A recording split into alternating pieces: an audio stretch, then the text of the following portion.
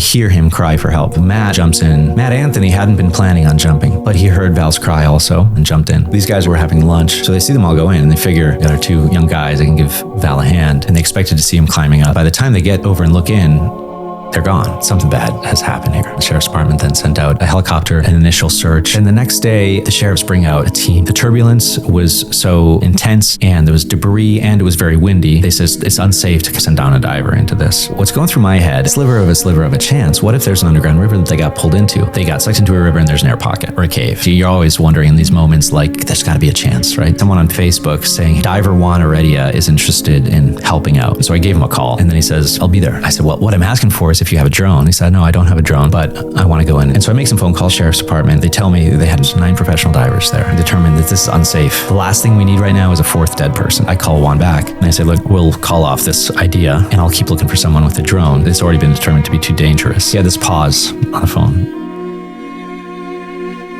Okay, I could tell the wheels were turning in his head, and the way that he understood what I had just told him, there's a loophole there. I'm going in myself, and that's what he decided to do. He didn't tell me, but that's what he decided to do. So he ended up going in on Saturday. One of the news stories says with 2 helpers. I went to breakfast with him. He said, yeah, one was my friend and the other was God and was diving with me. So he hurt his ankle. He's going in there on a pretty challenging hike in the rain, in hail, and they eventually get to the spot, and then he dives in. He doesn't bring in scuba gear because it's too much to carry in 7 miles. So he free dives without gear 4 times to the bottom of this pool, which turns out to be 45 feet deep, 4.5 stories of frigid water, just with his flippers, in a mask. And he ends up going down and back up 4 times, holding his breath 3 minutes each time. So he's looking at Matt Schenecker. He was a little bit of ways away from the other 2. Matt Anthony is with Val with his arm on him.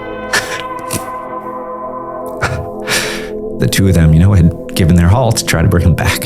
That's how he finds them. And he says very peaceful down there, like they're sleeping and in perfect condition, no scratches or anything like that. He pulls up Matt Anthony and Val together. By himself? By himself, yeah.